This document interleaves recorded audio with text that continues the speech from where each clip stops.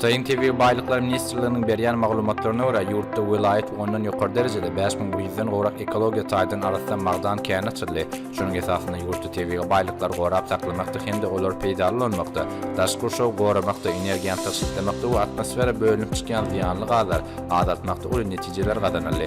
Ministerligiň maglumatyna görä şu ýylyň ilkinji 10 aýynda Hytaýda vilayet we ondan ýokary derejelerde 300-den gowrak ekologiýa taýdan arasynda magdan känleri işläp başlady. Häzirki wagtda çeli tutuş ýurt boýunça 1054 sany milli derejeli ekologiýa taýdan arasynda magdan känleri we 4055 sany vilayet derejesinde ekologiýa taýdan arasynda magdan känleri bar.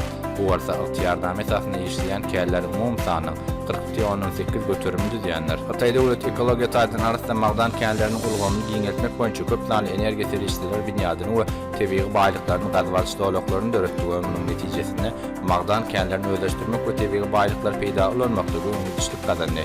Ýurt boýunça iri we orta gurumly magdan känleriniň sany 50 götürümden owrak, olaryň önümçilik guwaty orta 80 götürümden geçýär. Bundan başga da gaýtadan işlemek teknologiýasynda we enjamlary öndürmekde täzelikler we terişlerini toplanmagyň ulanşyryna mum ötüş kazanyldy diýip ministerligiň tebii baýlyklaryny goramak we olary gödäwçilik etmek bölüminiň müdiri Huan Suotsian habar berdi.